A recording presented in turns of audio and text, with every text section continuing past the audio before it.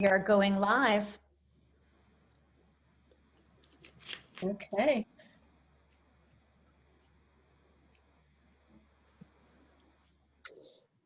Hello, Governor. Hey guys, how are you? Hi, Governor.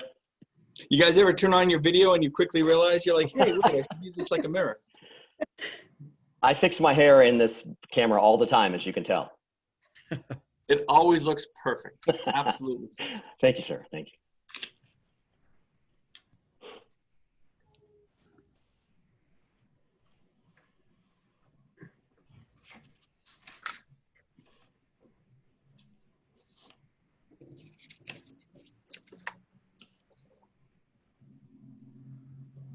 Gentlemen, we're just waiting at this point to get to straight up 7 o'clock, and the participants are already filing in. The numbers spiking rapidly.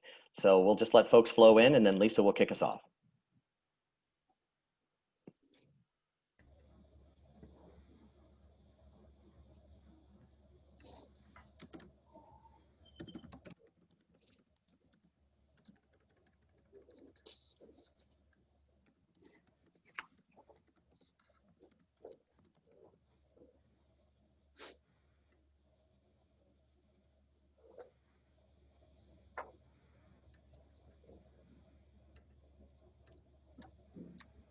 We are now live on Facebook too. We are streaming.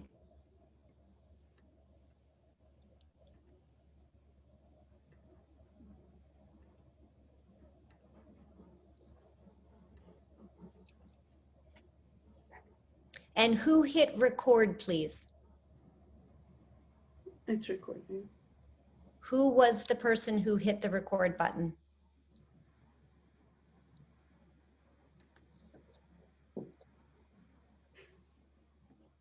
I did not.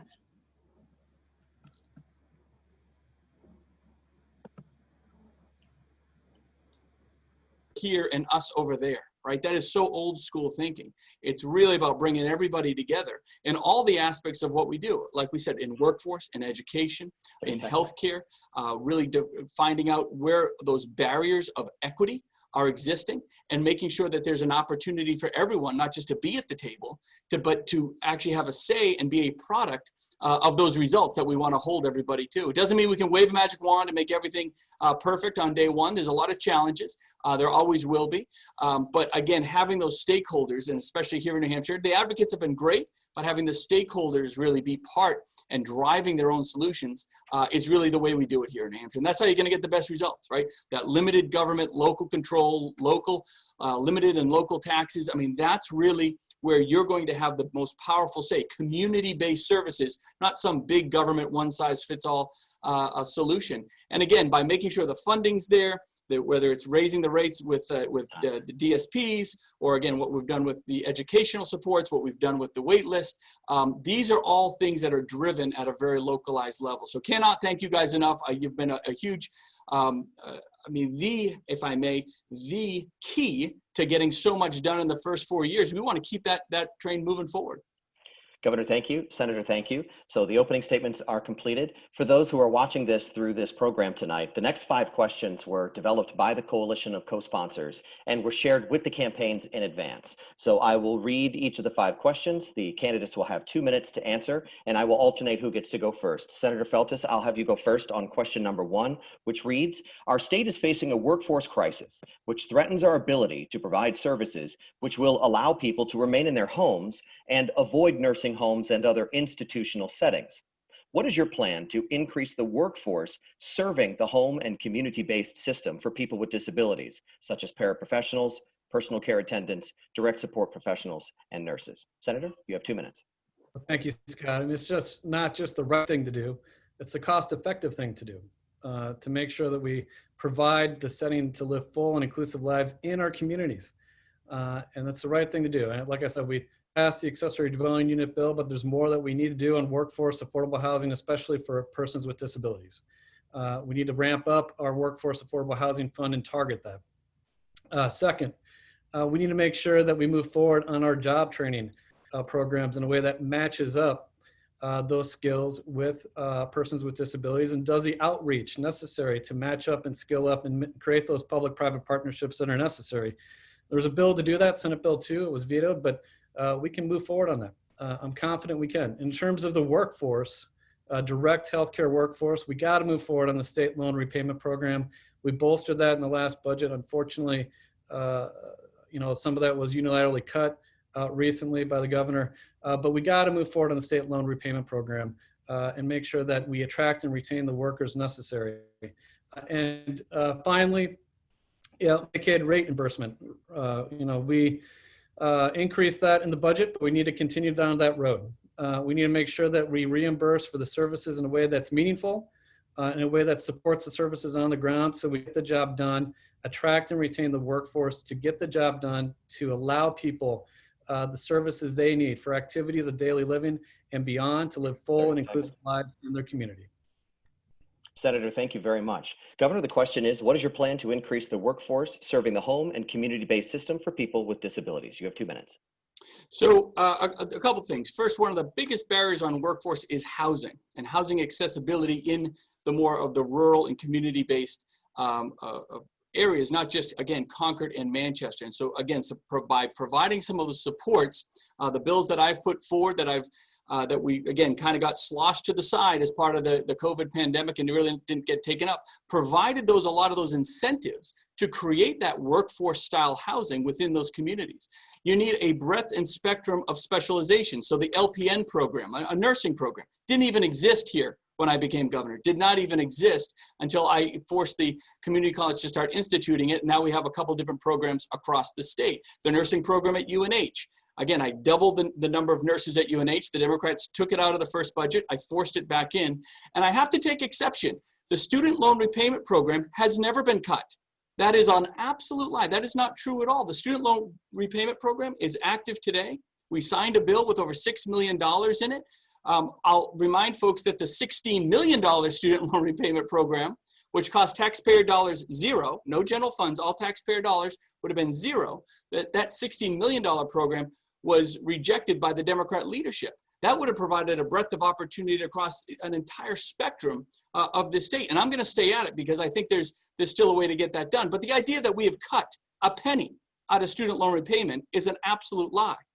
The Project Search, which we talked about earlier, Project Search, Project Impact, which provides those workforce training skills. We funded those when they had gone bankrupt. We made sure we had that bridge. So all of these are pieces of the puzzle that have to come together to drive workforce solutions. Governor, thank you. I appreciate it. The second question, and we'll flip the who gets to go first. Governor, I'll throw this one to you first. So question number 2, 30 years of research on inclusive education universally indicates that outcomes for all students in all metrics are improved when all students are learning together. What actions will you take to increase inclusive school culture statewide, particularly in high school, for students with disabilities? You have 2 minutes. So when you talk about public schools, one of the biggest barriers we found early on when I first became governor, we weren't funding special education. We were barely putting any money into special education. And I'm proud to say that in this last 2 years, we became the first administration in over a decade to actually fully fund special ed across the state. We got it to the point where there were extra dollars that we went after out of Washington, D.C., and we were actually going after schools and saying, come and apply for the money, right? We didn't want to give the money back to Washington. We were actually ensuring that schools had every dollar at the till.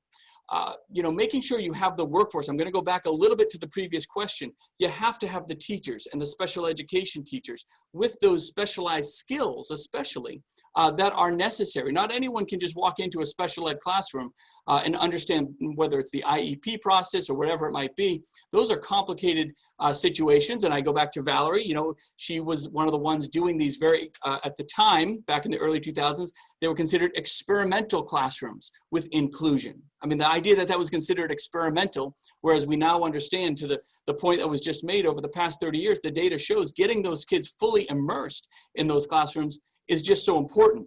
I go to something like the Monarch School, right? The Monarch School through the COVID pandemic, which we've been focusing a lot on where all these gaps in the system are. They were hurt financially through COVID, and we made sure we brought them in. We allowed them to be a stakeholder because they're such an integral part, not just in their region over in Rochester, but an integral part across the state, and providing that sort of inclusion with students from whatever their background might be. Governor, thank you. Senator, the question as a reminder is, what actions will you take to increase inclusive school culture statewide, particularly in high school for students with disabilities? Well, thank you very much, Scott, for the question. We have to make sure that special ed is more fully funded. It's not fully funded right now. There have been strides that have been taken in the legislature. No doubt, working together with the governor, we've made some strides, but it's not fully funded. We need to more fully fund it and support our communities. There's no doubt about it. And also, we got to support public schools, period. Differences of opinion here, but I don't think public tax dollars should be funneled to private schools. And that's a supportive concept that the governor has pushed. School vouchers, shifting money away from public schools to private schools. And by law, private schools can discriminate against children with disabilities. So look, we got to support our public schools. That's what I'll do as governor. In the next budget, we will put forward a budget that more fully funds public schools. We'll make sure that historic education funding that we put in the budget, securing $140 million in new education funding, is there. We don't go backwards on it. There's some suggestion from the governor to go back to 2019 spending levels. We can't go backwards on public school education funding. We got to go forward. Senator, thank you. Question number 3, and Senator, will pose it to you first this time. When people with disabilities participate in the workforce, it allows them to lead more fulfilling lives and help to support themselves and contribute to the economy. What actions will you take to prioritize training, certification, and post-secondary education access as a pathway to jobs and careers for individuals with disabilities to ensure they're active contributors to New Hampshire's workforce and economy? Well, thank you. I mean, this is about expanding opportunity for everybody. And done some of that work as a former legal aid attorney with New Hampshire Legal Assistance, fighting for persons with disabilities to get access to programming that they need.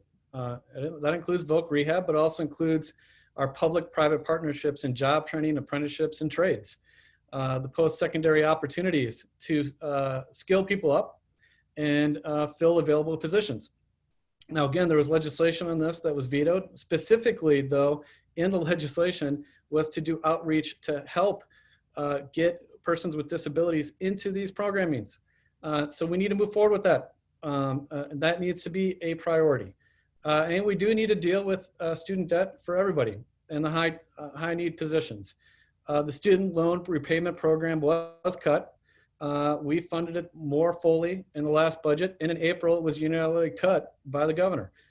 So the state loan repayment program, otherwise known as SLRP, which is designed for healthcare workers, needs to be reinstated. We have to reinstate that cut, and we got to move forward on that. And debt relief is part of this conversation that needs to be going forward. So look, we got to look for those opportunities. We got to make sure that people have equal opportunities for jobs. We got to more fully fund the Human Rights Commission and the investigators that make sure that we enforce our human rights code, to make sure that employment provisions with respect to persons with disabilities, hiring practices are taken care of and fully enforced. Senator, thank you very much. So Governor, the question, just as a reminder, what actions will you take to prioritize training, certification, and post-secondary education access as a pathway to jobs and careers for individuals with disabilities? Look, I don't mean to keep harping on it. Since April, the state has spent just shy of $1 million on student loan repayment programs. I don't know where Dan knows this. He's the majority leader in the Senate. You can't keep coming and start throwing things like that because it sounds politically convenient. We've supported these programs. Project Search, Project Impact, these are the types of programs that create these opportunities. The investments we've made in the community college, which advance systems to more closely link to the high school, so we have dual and concurrent enrollment. So when you're in high school now, the Career Academy that I've created allows you in high school to essentially take a 5th year at no cost to the taxpayer, no cost to the individual, and get your certification. You effectively graduate with an associate's degree at zero cost, right? We found a way to actually create free college, believe it or not, but it doesn't cost anyone anything because we're simply just moving the dollars around. We find a more efficient way of doing it. The investments that we've made going back in the CTEs and the technical schools, Dan's absolutely right. Those are key investments. We've invested tens of millions of dollars in the last 4 years. I was just over at Hudson, right? They're just expanding their programs. And those aren't just training to be a plumber or an electrician. Those are really important jobs, but that's nursing, that's education workforce, that's culinary arts. There's a whole suite and variety. And the reason those programs are important is when you have that inclusion style learning atmosphere, you're allowing those kids to have access to those programs. They get excited about those workforce skills and knowing that it doesn't just end when you graduate high school now, right? They can continue on with those schools in a really seamless way. So we're trying to make those seamless transitions to make sure that the workforce, if students aren't just taking some classes here and we'll see what they want to do with their lives down there, right? It really has to be a seamless transition. The Career Academies has made that happen. The investment in the CTEs has made that happen.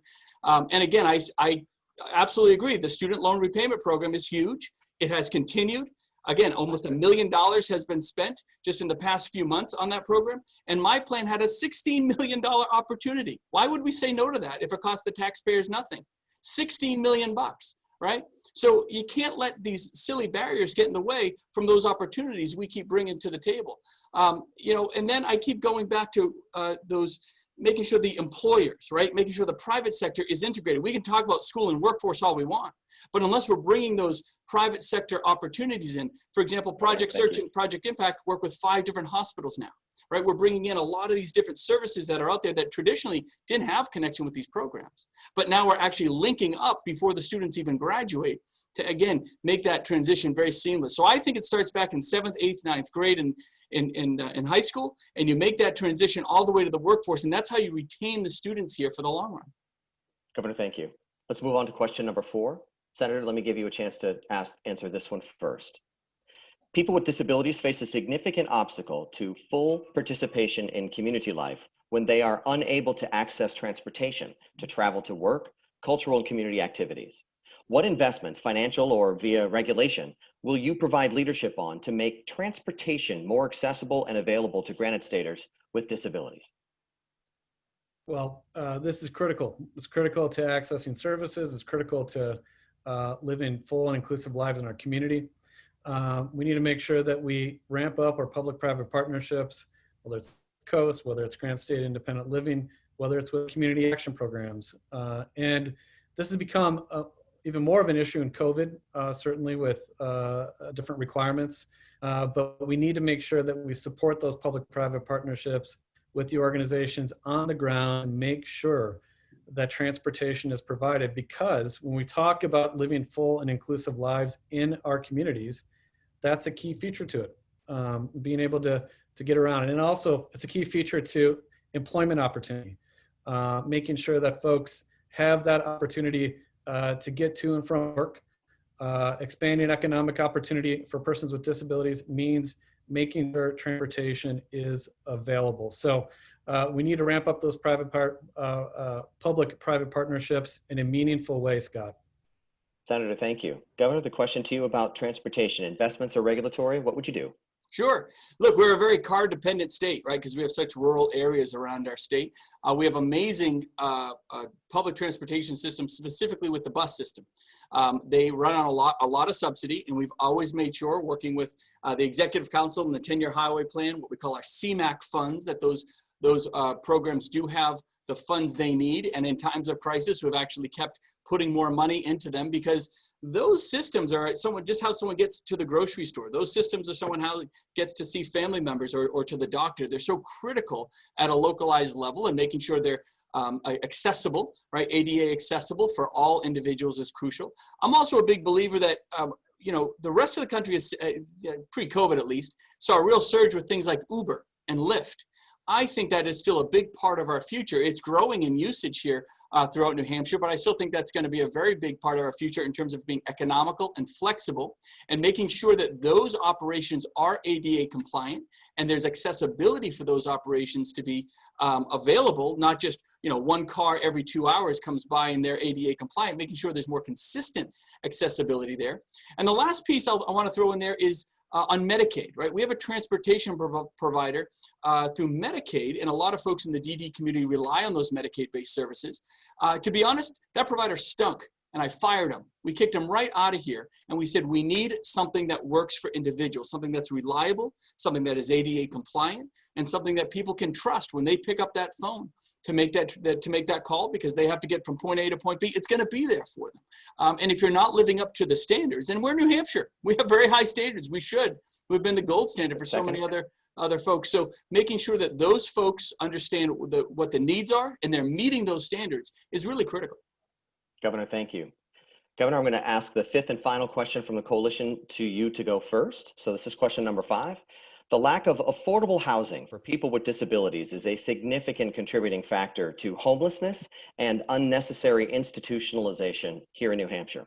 What investments, financial or via regulation, would you provide leadership on to make housing more accessible and available to granted staters with disabilities? Sure. So it's a great question. I go back a little bit to one of the questions a little bit ago. We have a bill it's a bipartisan bill. It's not a Republican or Democrat bill. There's a sponsor from each of the parties that we've put together on it.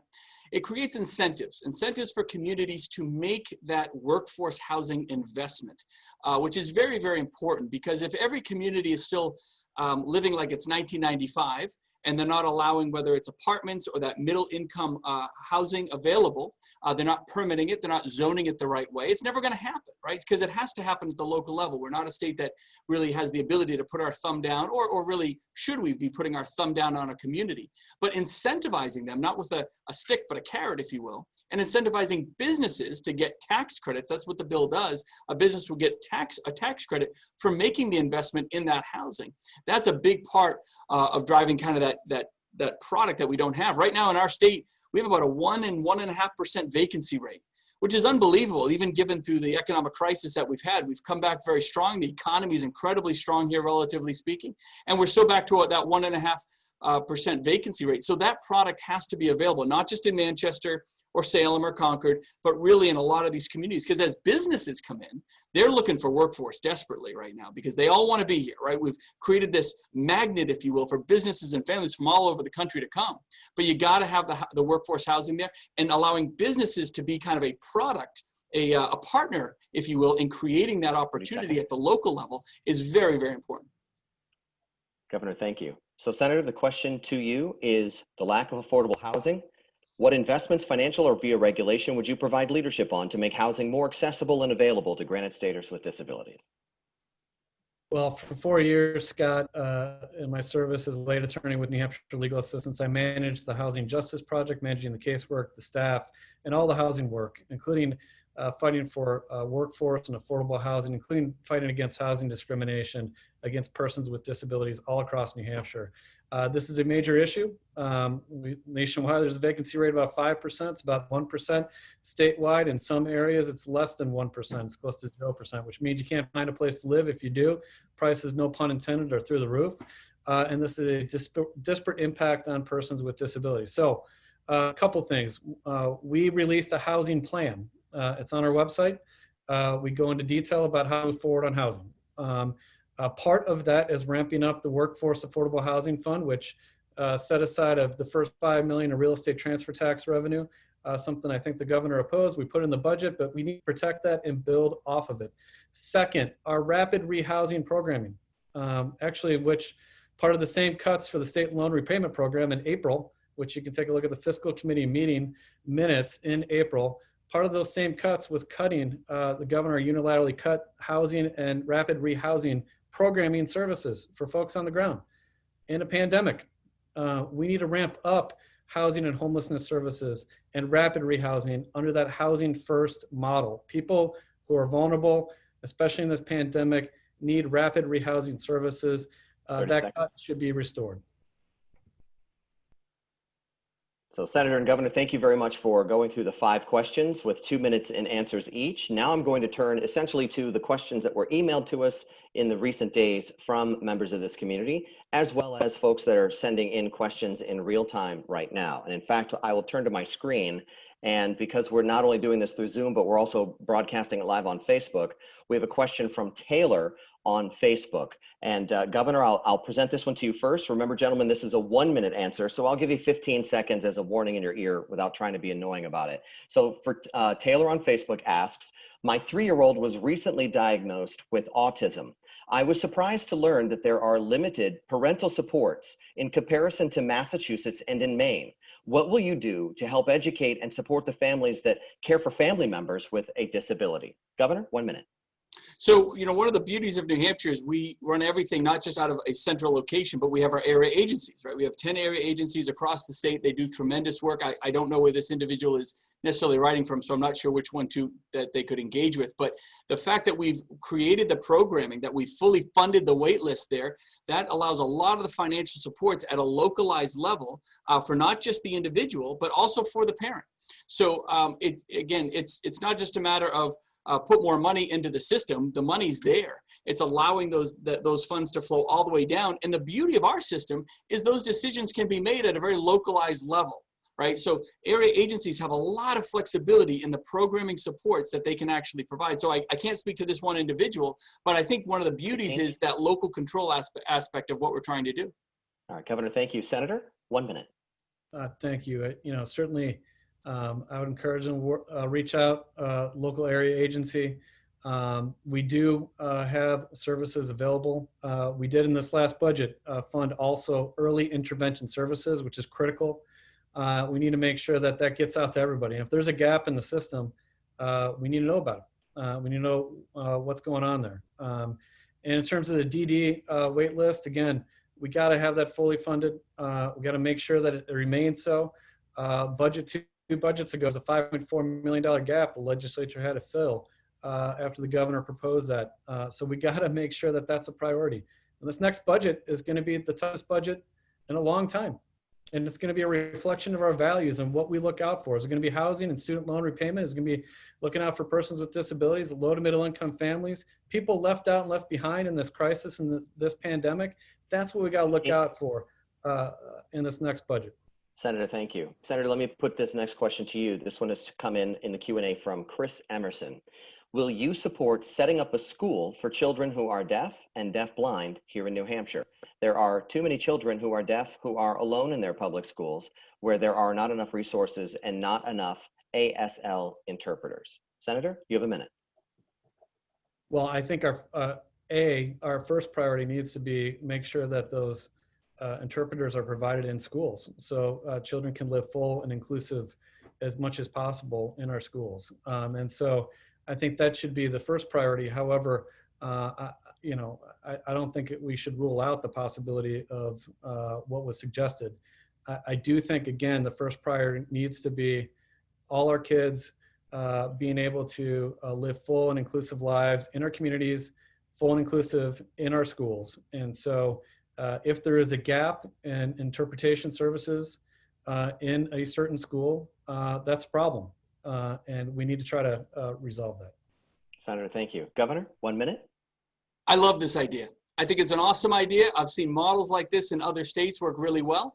Other states have actually set up public charter schools that specialize in various types of disabilities. Some are just all-encompassing. They run the spectrum of kids with disabilities. Some are for the deaf and hard of hearing. Some are interpretive. There's a variety of different ways to do it. And I think public charter schools is the way to go because it allows that opportunity for families, if they choose, if that's the path that they want to choose for their child, if that's an opportunity for them, you open it up. Who's the governor in the government to say you can and can't have more choice when it comes to the education of your kids?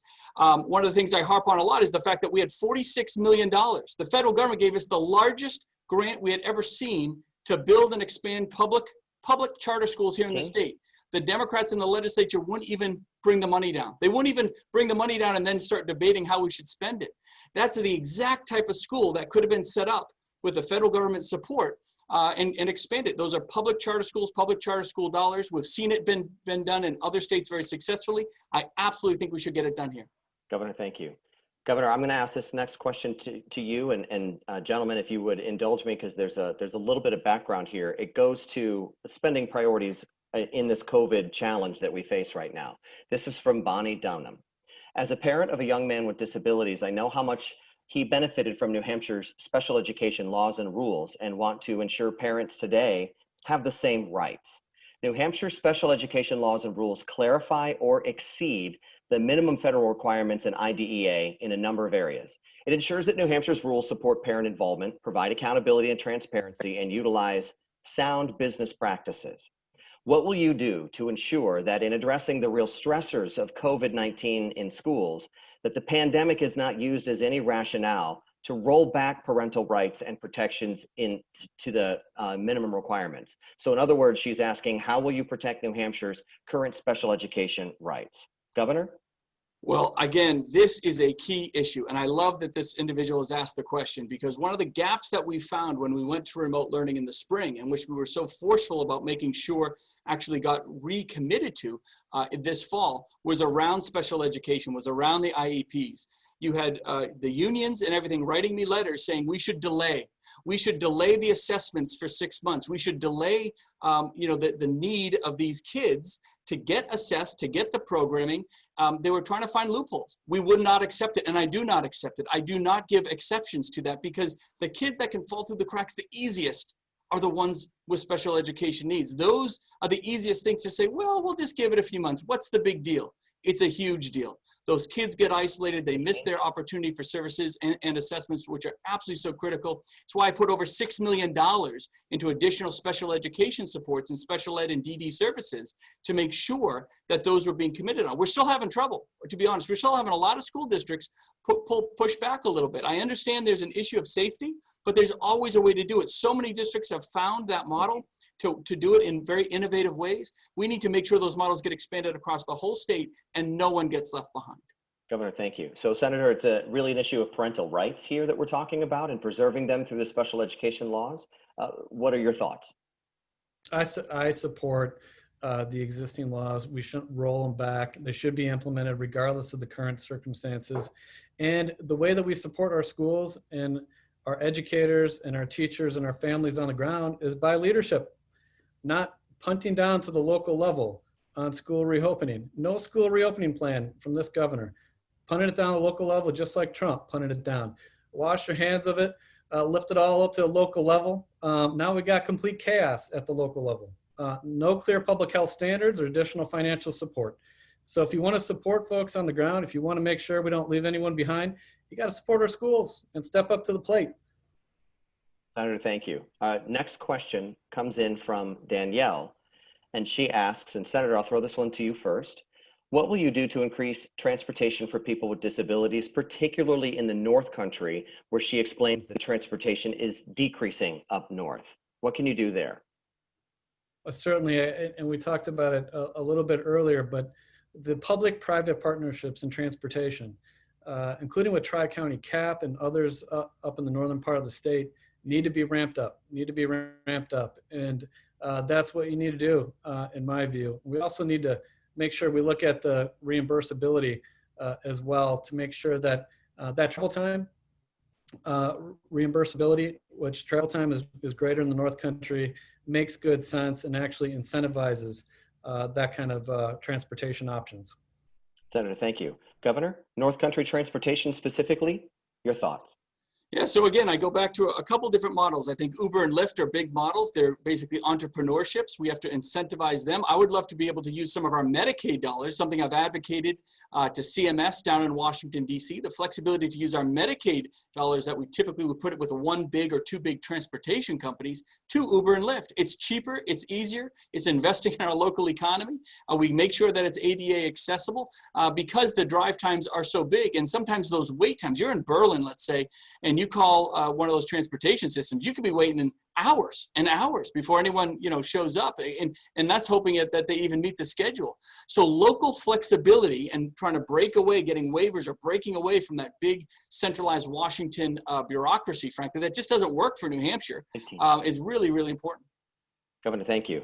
Governor, I'll ask this next question to you first. It's under the topic of mental health care. Access to mental health services is critical for people across New Hampshire, and this was evident from the number of questions we received in this area. This one in particular, gentlemen, comes from Ellen Tavino.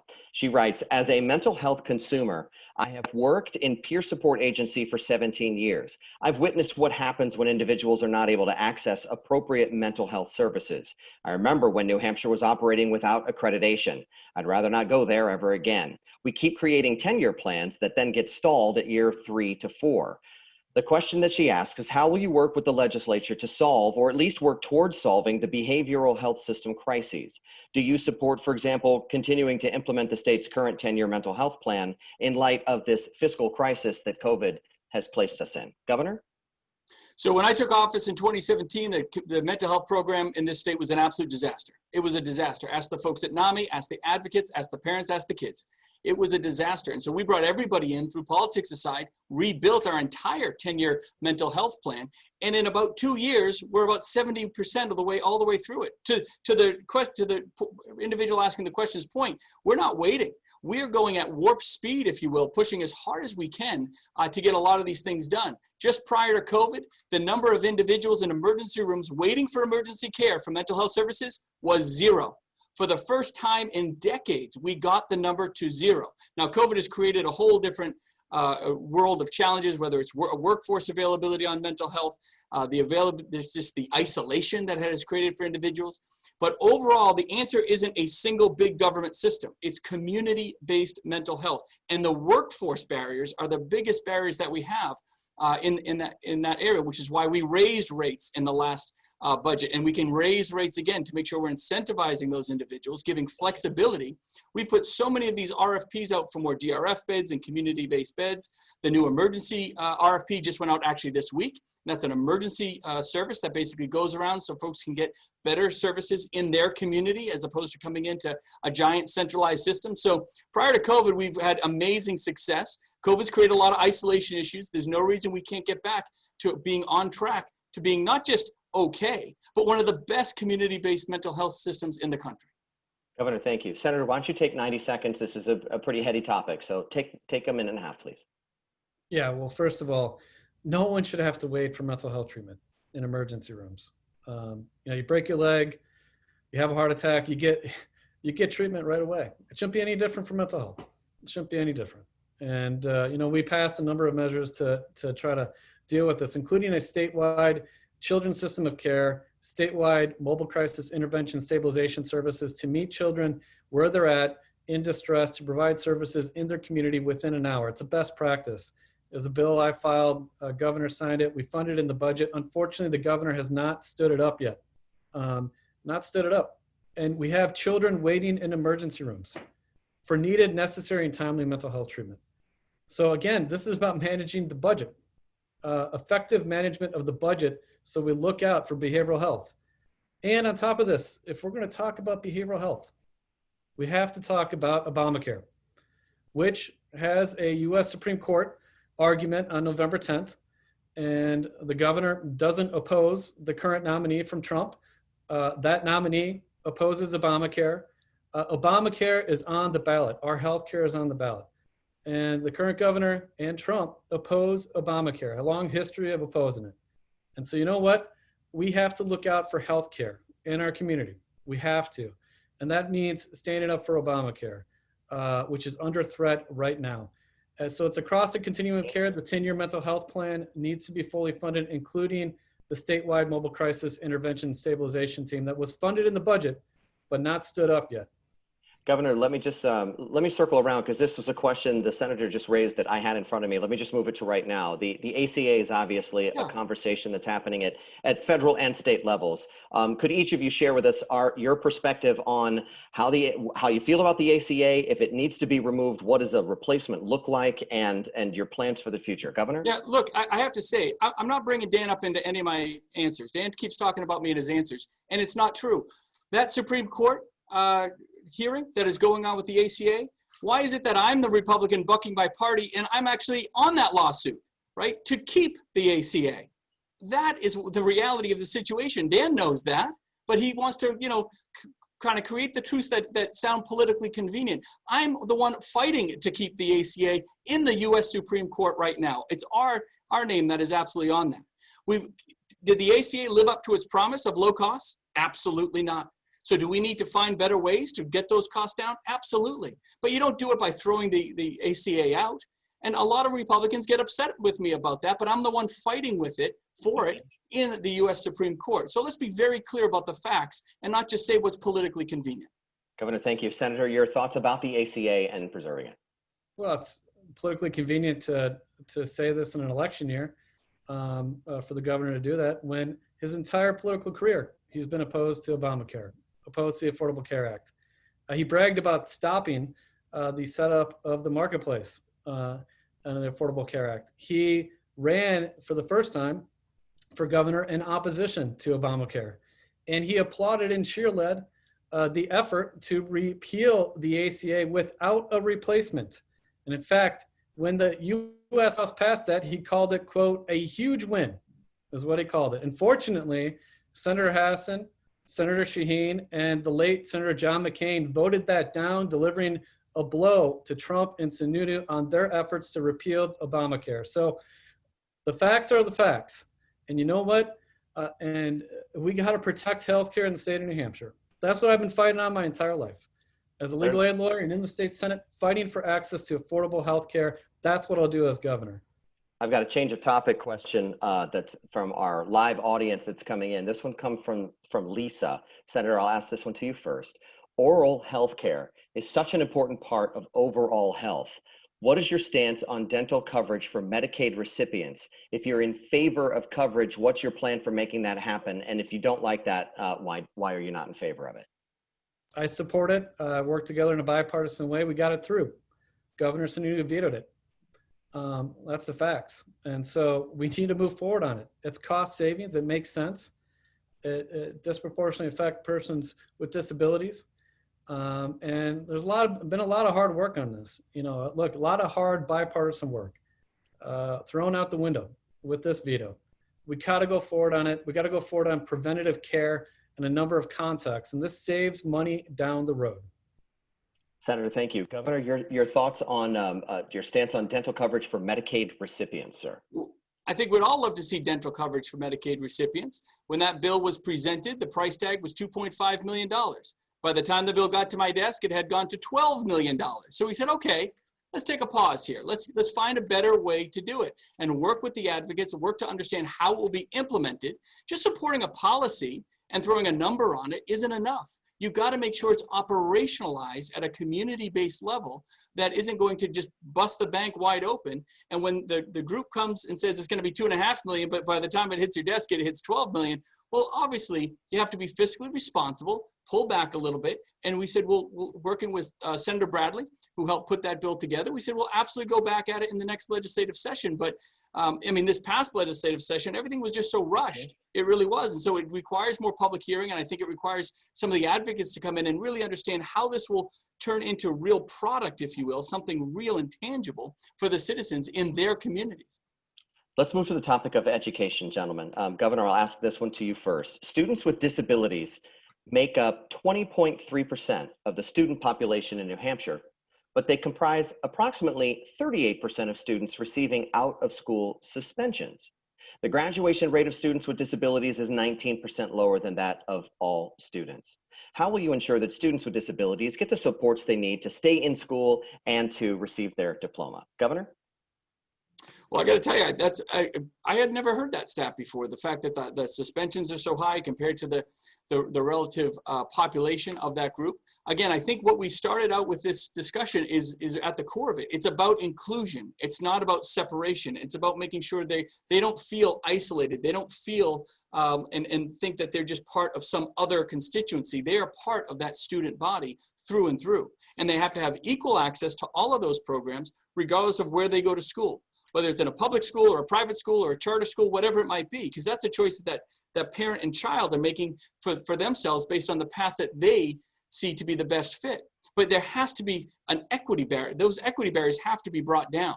And I think when you do that, you again get everybody back onto par, and you'll start seeing some of those as students get more included in what they're doing, they're not going to be excluded with suspensions. They're not going to be excluded as part of the other group. We other people all over this country. And we have to not just stop doing it, but we have to actually operationalize that to something that's tangible in our schools. Governor, thank you. Senator? Thank you. There was a lot of good bipartisan work over the last couple of years on this, dealing with the so-called school to prison pipeline, dealing with discrimination of students with disabilities, and dealing with school discipline.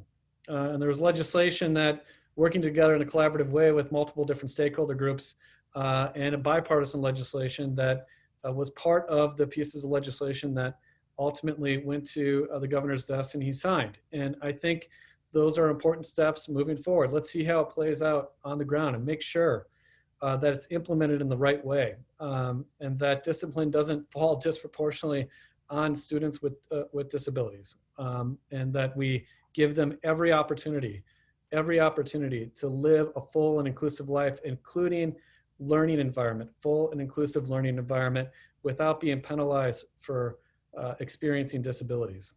Senator, thank you. I'll put this next question to you first, Senator, and then to the governor. And gentlemen, this is a question that I feel encapsulates some of the maybe frustration that families feel in having a loved one with some form of a disability and just not feeling like they're getting maybe the assistance that they feel that they need. So this is from Nancy Biederman. She asks, my child has a 504 plan for a chronic illness.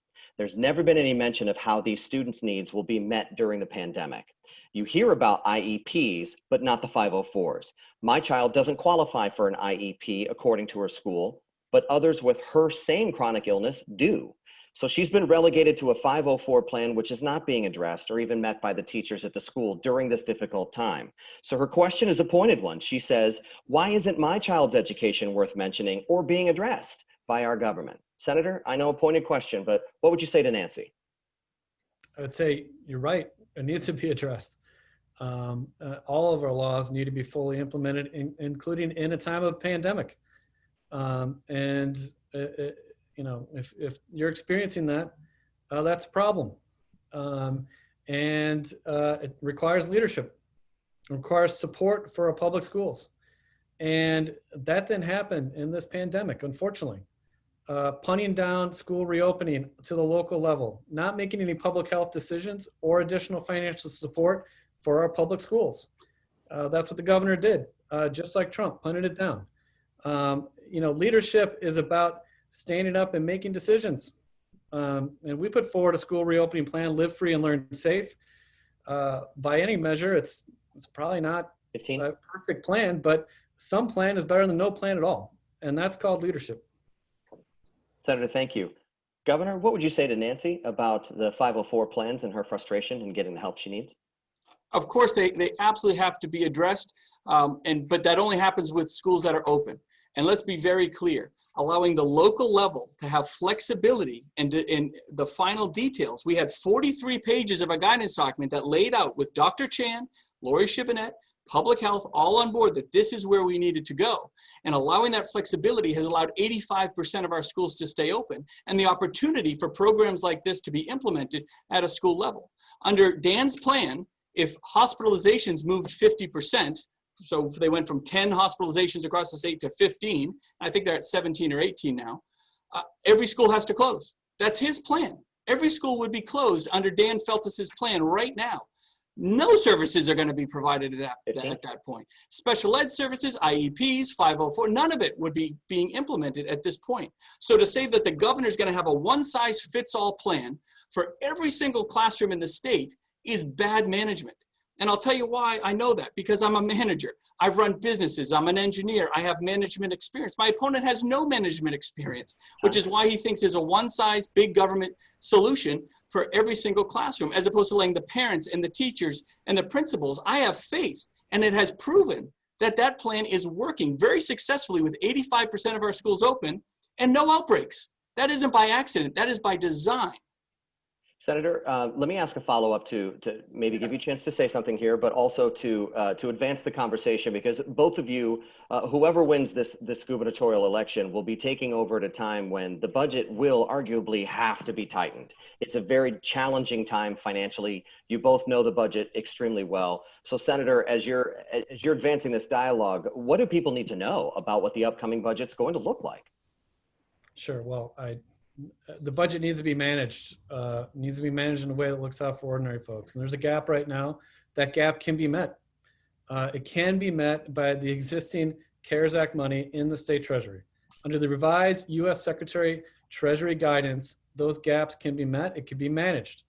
And right now, it doesn't seem like it's being managed. In fact, programs are being cut. We talked about a number of them tonight. Critical programs are not being stood up, including children's mental health, including cuts to the state loan repayment program, including cuts to housing and homelessness, including cuts to addiction treatment services while overdoses are on the rise here in the pandemic. So those need to be the priorities. Look, serving as a legal aid lawyer during the last economic crisis, the Great Recession, with Bill O'Brien style budgeting, we saw what happened.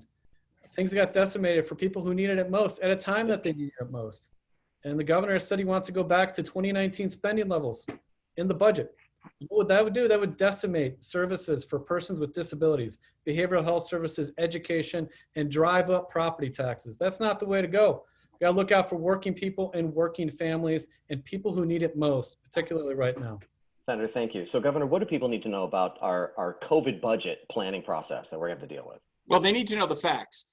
The CARES Act dollars, we've been fighting to get flexibility to be spent to backfill funds in the revenue side. It can't happen, not in New Hampshire, not anywhere in the country. That isn't even up for debate. And Dan has been saying this over the past couple of months. He doesn't even understand how the process works. You cannot use CARES Act money to backfill state or local budgets. That is one of the key points of contention in the US Congress right now. Dan talks about decimating levels of spending when you go back to 2019. The DD community was not decimated with funding in 2019. And I don't think we even need to go there. I don't think you even need to make those cuts. We've laid out 4 areas that are untouchable. DCYF, Children's Services, the DD community, the SUD community, substance use disorder, and mental health. None of those programs are going to be touched. In the agency budgets we just put forward, no one is getting fired. Programs aren't being absolutely taken apart. And remember, in 2019, when we had more money than the state has ever had before in revenue, the Democrats sent me a budget that was $92 million in the red. If they can't balance a budget when you have more money than you've ever had before, how can they be asked to be responsible for balancing a budget in tough times? And I appreciate a lot of the good work Dan has done as a legal aid lawyer, but a legal aid lawyer is not the person you want in charge of managing a budget during an economic crisis. You need folks that understands teamwork, management, budgeting, all of those processes that we have incredible experience doing. We have back-to-back balanced budgets. After I had to veto their budget because it was so out of balance, it came back. We worked, we got it in balance. We were $500 million in the hole back in June. We have about $150 million budget crisis today. We've been able to manage over $300 million worth of success in just the past few months. So there's no doubt that with the right management and the right team, we can be in a good place in 2021. We'll have to cut back and find some efficiencies here and there, but we're not decimating the budget by any means. Senator, let me give you 30 seconds for time balance. Sure. I think, experience dealing with what people are going through is absolutely critical to this. At the time that I was managing the Housing Justice Project at New Hampshire Legal Assistance, protecting people from foreclosure from Wall Street banks and helping people get back up on their feet during that economic crisis, managing that, Chris Sununu was just gifted his family's ski resort. So different perspective in what people are dealing with. Come on. And in the state Senate, as the majority leader, as the chair of the Ways and Means Committee, as the vice chair of the Finance Committee, we put together a balanced budget. It was vetoed. And ultimately, the budget that was signed was basically the same budget. So look, we need to protect that budget and move forward. That's what this is all about, moving forward on a budget that looks out for ordinary people, not corporate special interests, not kowtowing to people at the top, looking out for people who are slipping through the cracks in this pandemic. That's what this has got to be about. Let me jump back in. I've got a question that's in real time. We have probably about 15 minutes left or so. And this comes from Deb. She writes, my son, Derek, is a bright, energized 24-year-old man with autism. Derek cannot live alone and needs one-to-one supportive structure at all times, and he struggles verbally. Derek ended up in an emergency situation, and unfortunately, emergency supports were not available here in New Hampshire.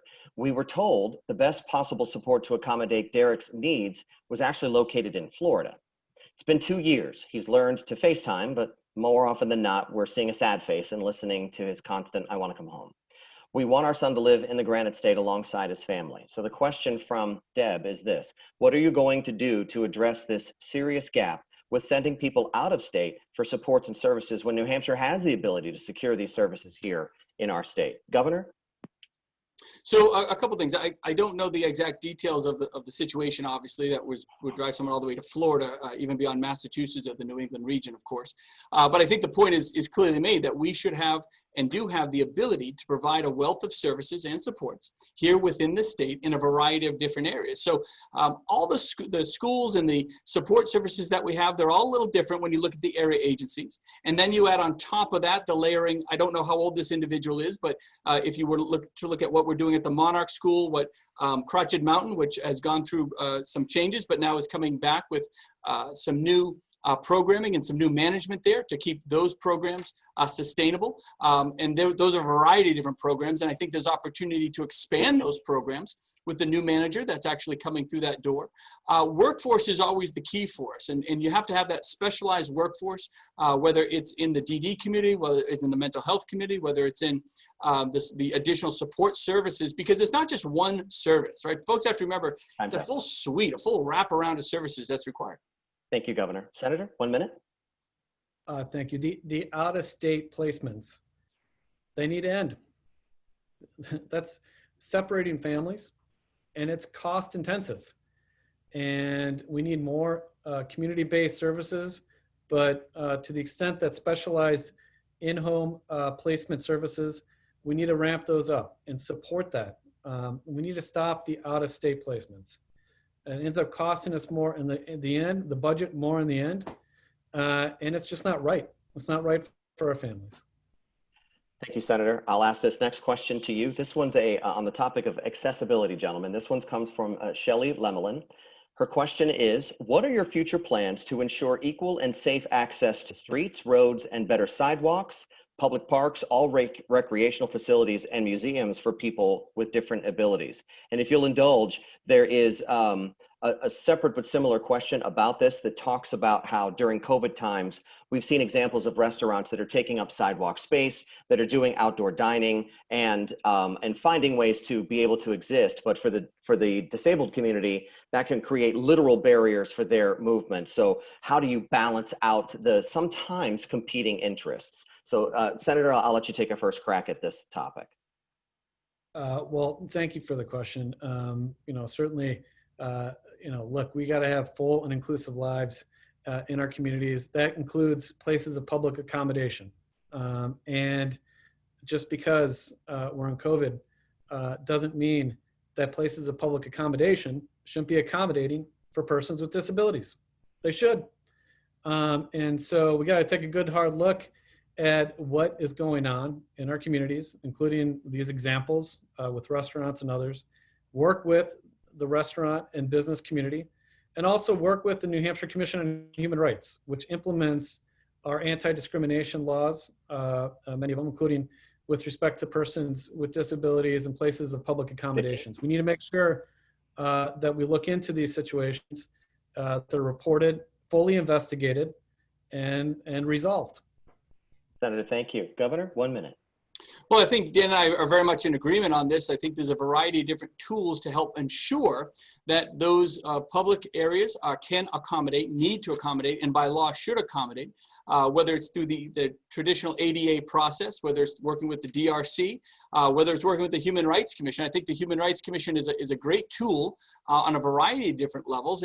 When I came into office, there was a backlog of nearly 3 years of cases at the Human Rights Commission. So we brought in new management, we brought in new folks, we put the funding where it needed to be, we made that commitment, and we got that backlog down, and we can actually process things in almost real time now, which is tremendous. It required a lot of changes with personnel, a lot of changes with approach. I think that approach just being letting the bureaucracy build up versus just putting those individuals and those stakeholders first. So there's a variety of different tools there that can and have to be implemented, and making sure that those barriers that may exist are brought to the forefront. So whether it's a local municipality, the state, or even the federal government can be involved to provide those accommodations as they should. Thank you. Governor, I'll do this next one for you under the topic of crisis standards of care. This person writes, across the nation, hospitals and states are looking at shortages of critical healthcare services and equipment as COVID public health crisis threatens to overwhelm some hospital capacities. Plans from other states clearly discriminate against people with disabilities. The New Hampshire Crisis Standards of Care State Disaster Medical Advisory Committee is currently developing its guidance for New Hampshire hospitals. What are your thoughts on the issue of things like healthcare rationing, and what would you like to see included in those kinds of guidelines? Governor? So it's a great question, because we've heard the same thing from other states, that there is some discriminatory action but potentially taken in those crisis standards of care. One of the beauties of what we've been able to manage here through the COVID crisis is the fact that we have such a strong economy and such low numbers of COVID. And I think today we have 17, 18 people or so in hospital beds. We literally have a couple thousand available. So the good news is we got a long way to go before those crisis standards of care would ever be enacted. It would literally have to become 100 times the problem it is today. We have the ventilators, we have the testing, we have the PPE, we have the resources, we have the supports that we did not have back in March. Be that as it may, we're creating those plans and actually making sure, just the opposite of what you hear in other states, that those who would require the care the most, those that may have co-occurring conditions, whether it's the elderly, it could be folks in the mental health sphere, it could be folks in the DD sphere. These are folks that traditionally may have additional health issues that co-occur with COVID that create an exponential expansion of those symptoms and create a real health crisis, if you will, for that individual, and making sure that those folks are really pushed to the front of the line, if anything. But the good news is we've managed COVID better than almost any state in the country. Our numbers are incredibly low on hospitalizations. They're incredibly low in terms of just general cases. And we've been able to make sure that we are nowhere near that level of panic that other states unfortunately have seen. Governor, thank you. Senator, why don't you take 90 seconds for balance? Thank you. First of all, there should be no rationing, period. There should not be rationing of care. And we got to support our healthcare system. That includes supporting our hospitals right now. That hasn't happened to the extent that it needs to. In fact, there's a bunch of hospital workers that have been laid off throughout this crisis. And so we got to support our hospital system. We got a plan for a vaccine implementation, need to put forward an actual plan on that. I need to make sure we stand up services for folks in the community, including the statewide Children's Mobile Crisis Intervention and Stabilization Services. That was a hard-fought but bipartisan achievement, a bill I sponsored, and but hasn't been stood up. And we talk about making sure that community-based services are stood up. That has to be stood up, and this governor has delayed on it. We got to get those services out. Stand them up, make sure the services in our communities prevent, by the way, they prevent people from getting into the hospital, and that relieves pressure on the hospitals. Our next question, Senator, I'll pose to you first. This comes from Reagan Lamphere from Nashua, and he writes a question about home health aides. Here's his story. My son Ethan's aides spend about 20 hours a week in our home. I was only able to keep working with their help. My job meant we were able to pay our mortgage and our taxes. My employer also provided our family's health insurance, which was of the utmost importance with Ethan's medical problems. The aides that kept my family afloat, however, had lots of financial problems. Unstable living situations, car trouble, it meant some of them were unreliable. One woman left the state altogether when she lost her home. Another was only able to make ends meet by moving into her parents' home with her own children. Our direct support providers are an essential part of the process. So the question is, what will you do to improve outcomes for direct support providers and the families they serve? Senator? Oh, thank you. We got to promote, talk about the economy. We need an economy that works for everybody, not just those at the top. And I think a lot of people, including our direct care support professionals on the ground, are suffering. I think most working people and working families don't know what the next week's going to bring, let alone the next day. And then part of that is because of wages. And it's part of it because of the vetoes from this governor, including of minimum wage, including of paid family and medical leave insurance. By vetoing the minimum wage while taking a pay raise as governor is not the right way to go. It sends the wrong message. And these are our frontline workers. We need to treat them with respect. A lot of them are working hard and living in poverty because of these vetoes. Got to look out for them. We got to look out for a daycare system too.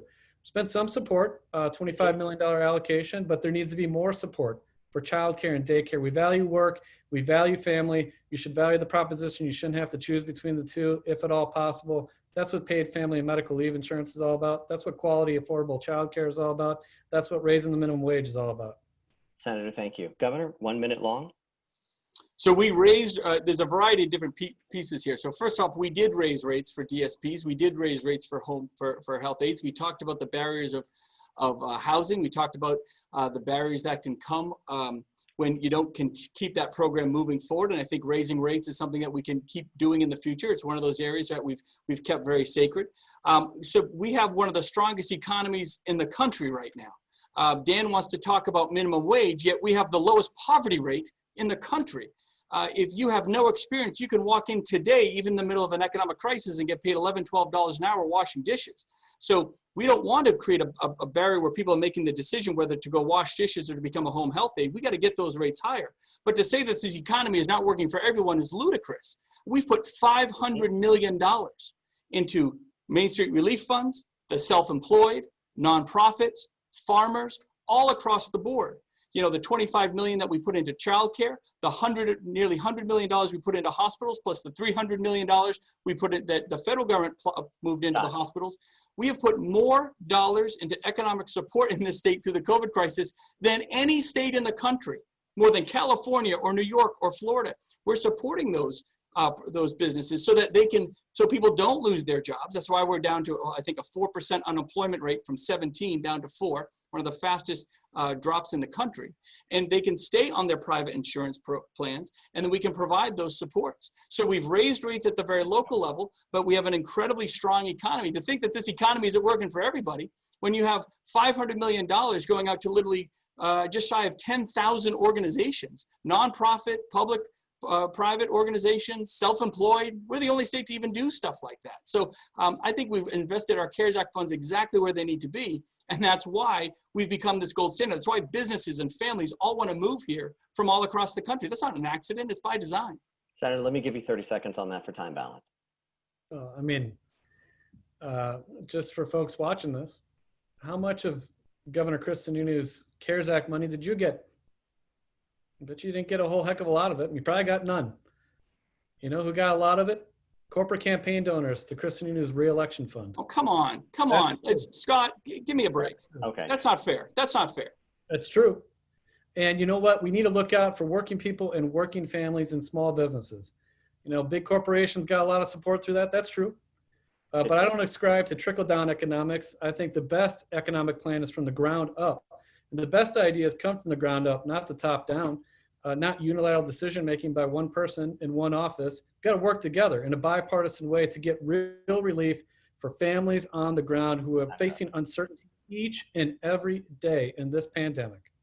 Governor, let me change the subject here a little bit. One thing that we've learned through this COVID situation is it's put a spotlight on nursing homes, elderly care facilities, and working to keep them safe. One of the conversations has been about transitioning that care from nursing homes to community-based services when possible, keeping folks at home if they want to be. It's obviously a COVID process, but it could be good for long-term care on a number of different levels.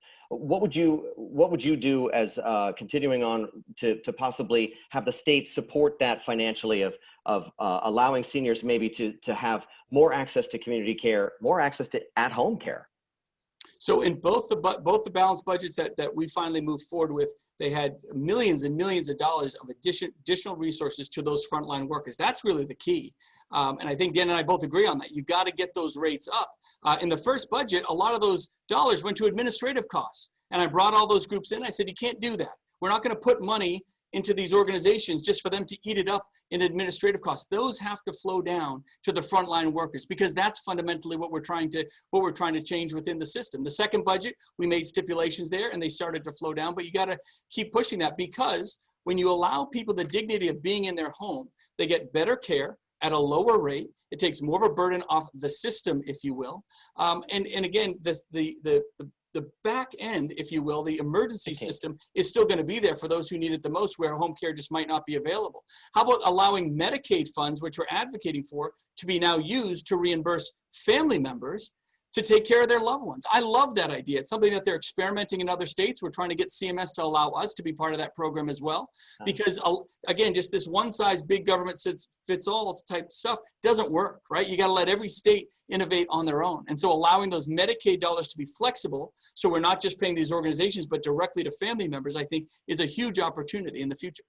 Governor, thank you. Senator, take a minute 15 on this one. Transitioning and possibly helping with more at-home care. Absolutely. I think Governor Sununu and I agree on making sure that we support in-home care services. We got to.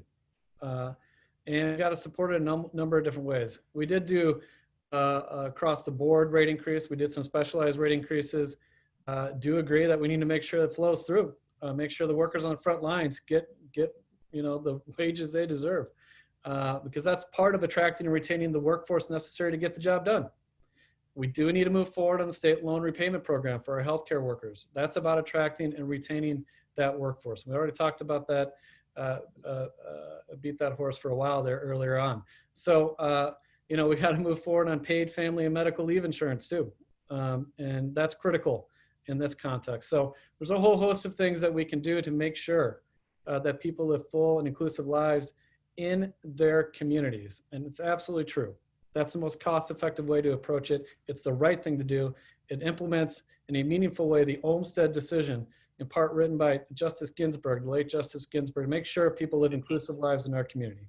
Senator, thank you. Gentlemen, I have time for one more question before we move to closing statements. And this one is about personal experience. It was an interesting one from Becky Thompson. Becky was curious to know if either of you have a family member who is disabled, whether it's a sibling or a cousin, nephew.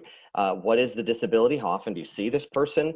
Have you provided any care for that family member? And how has that person possibly influenced your perspective of the disability community? So Senator Feltus, I will ask you that one first. So my wife, Erin, is hearing impaired, and she has hearing aids and has had hearing aids for a long period of time. And, I think that,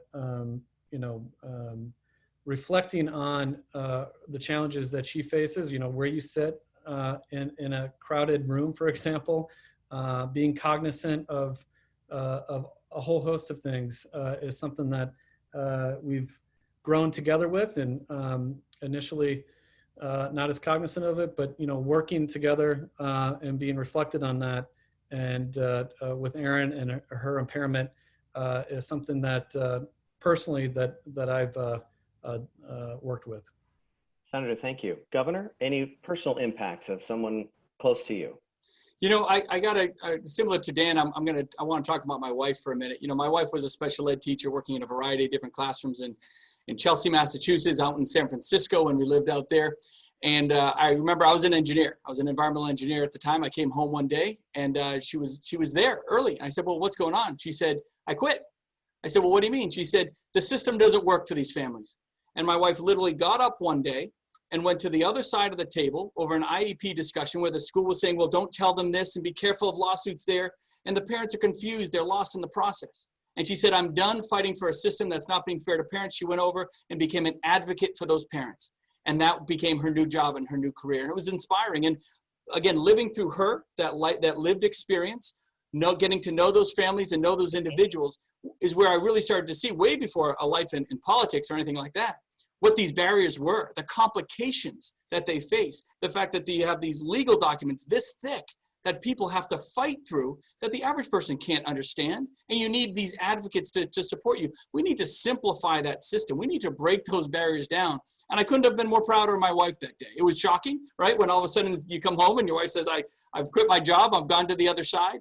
But man, it was the better side. There was a rainbow on that side, and it changed both of our lives forever. She later went on to get her master's at Harvard and in that area of development and working with these families for years after. So that's probably the most direct lived experience we've had because we live it. And that is why I carry forward this concept of stakeholders, individuals, not bureaucrats, not legislators, not even the governor. We don't have all the ideas. We're the tools to implement the ideas that come out of that stakeholder group.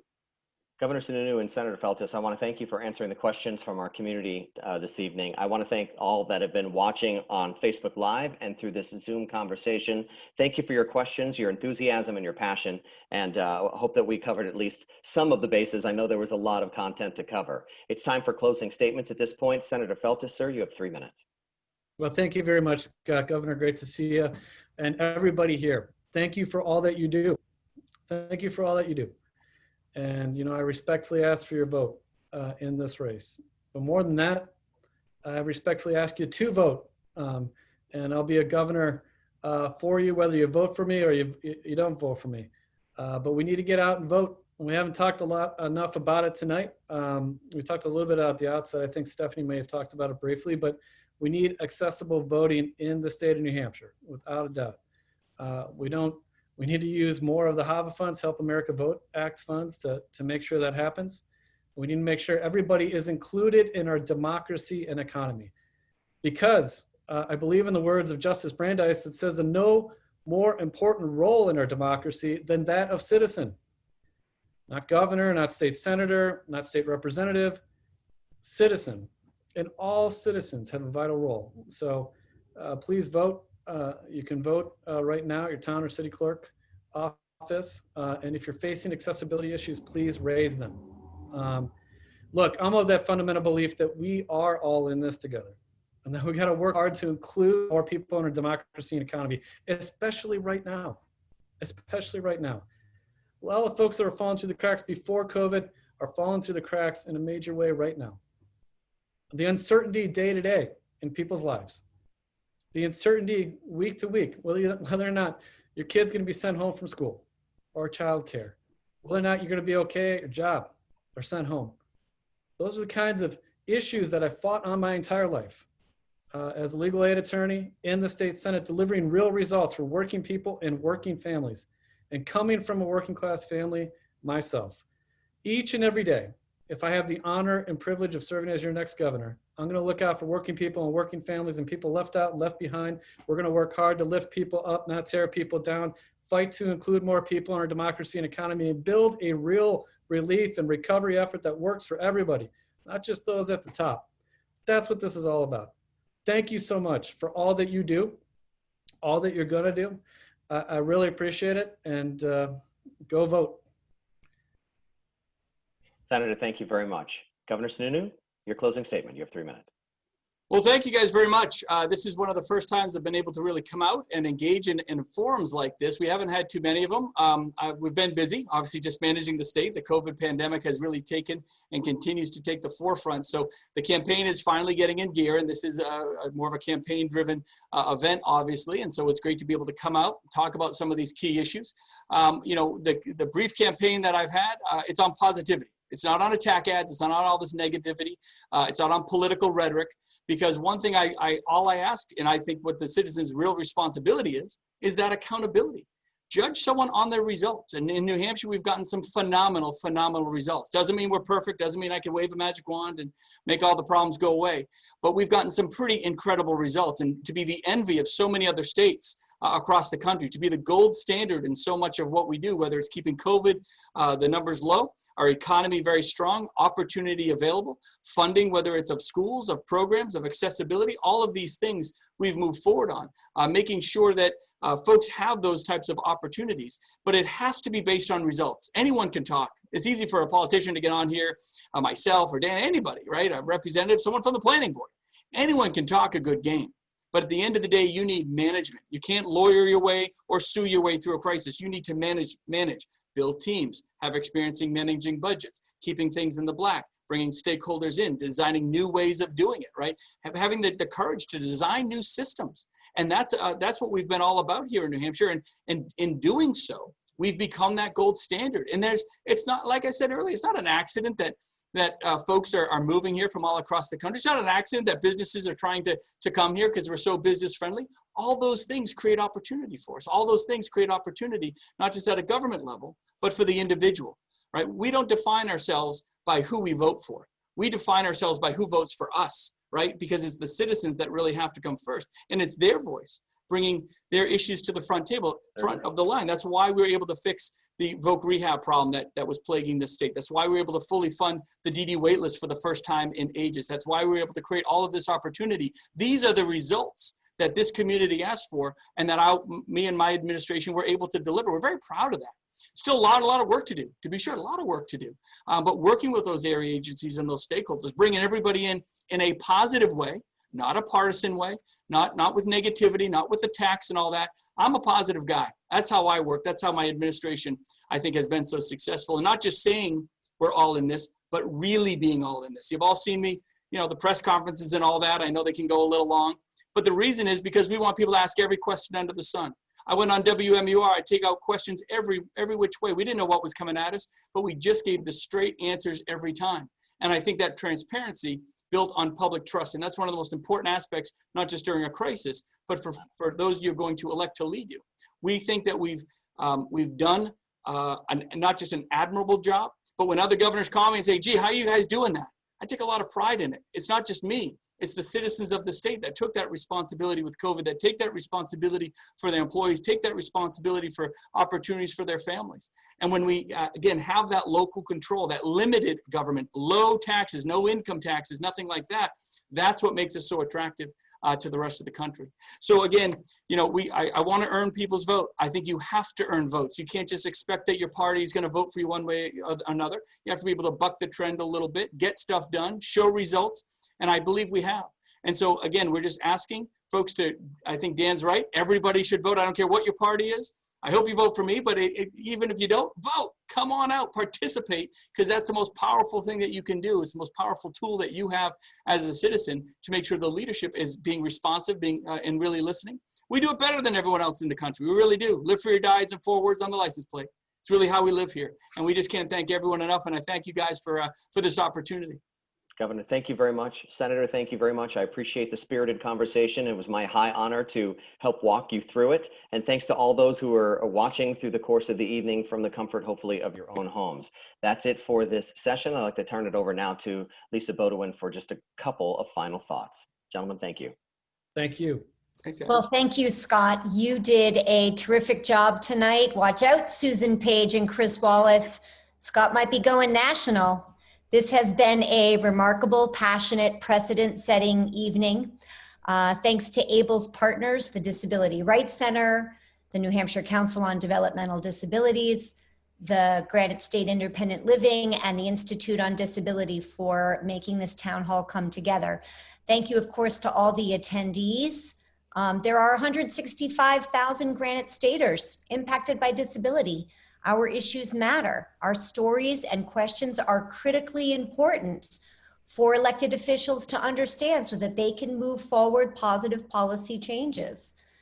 A special thanks again to Scott for your excellent moderating, and of course a heartfelt thank you to Governor Sununu and Senator Feltes. We deeply appreciate your devotion to public service and your time here tonight. We want to leave you with a few opportunities to stay engaged. For those who enjoyed hearing from Governor Sununu and Senator Feltes on these issues and want more, we are excited to let you know that college student, documentary filmmaker, newspaper columnist, and disability advocate Samuel Habib, with support from the Disability Rights Center, has been interviewing candidates for governor, the U.S. Senate, and the U.S. House. These interviews will be available in the next few days for you to watch, so stay tuned from the Disability Rights Center. And you should also know that ABLE New Hampshire has a Pledge to Vote campaign where we are asking disability voters to take the pledge to vote. Disability voters can change elections. Be counted. The link is in the Q&A box, so just go back and look for that. And just piggybacking on the governor and Senator Feltis, voting is really important. Please know that the New Hampshire Council on Developmental Disabilities, ABLE New Hampshire, and the DRC can provide support with absentee ballot requests, transportation to the polls, and safely voting during COVID.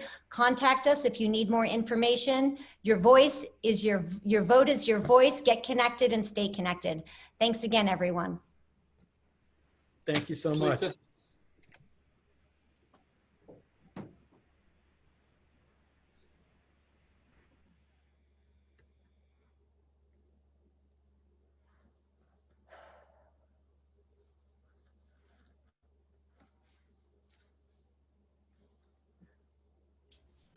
We need someone to stop the recording.